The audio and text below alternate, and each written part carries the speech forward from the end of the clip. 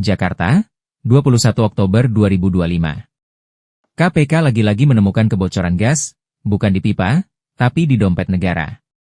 Satu nama baru muncul dari balik pipa-pipa bisnis energi, Arso Sadewo, Komisaris Utama PT Inti Alasindo Energi.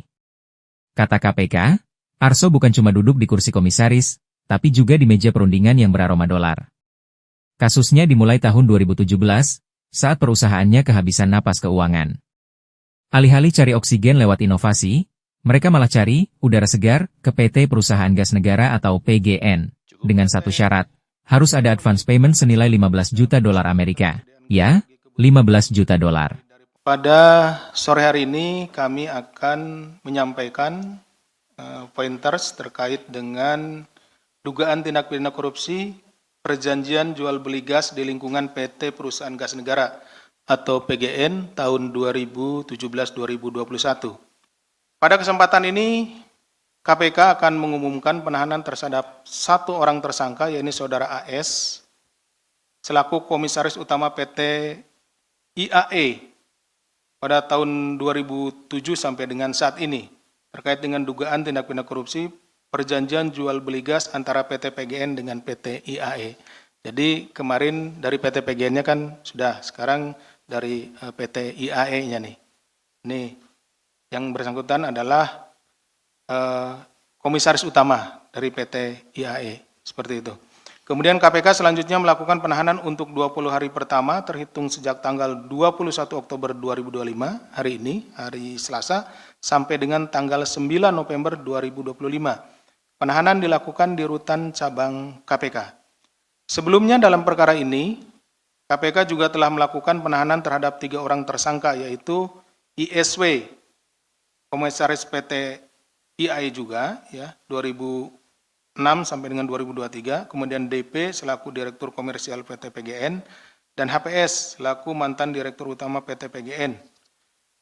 Adapun konstruksi perkaranya sebagai berikut.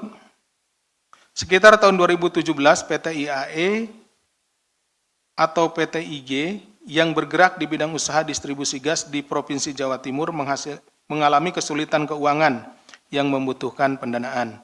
Kemudian Saudara ISW selaku Komisaris PT IAE meminta Saudara AS selaku Komisaris Utama dan pemilik saham mayoritas PT IG atau PT IAE untuk melakukan pendekatan dengan PT PGN demi memuluskan kerjasama jual beli gas dengan opsi akuisisi menggunakan metode pembayaran advance payment sebesar 15 juta US dollar atau kalau dikuruskan sekitar 200 miliar rupiah pada tahun 2017 ya kursnya.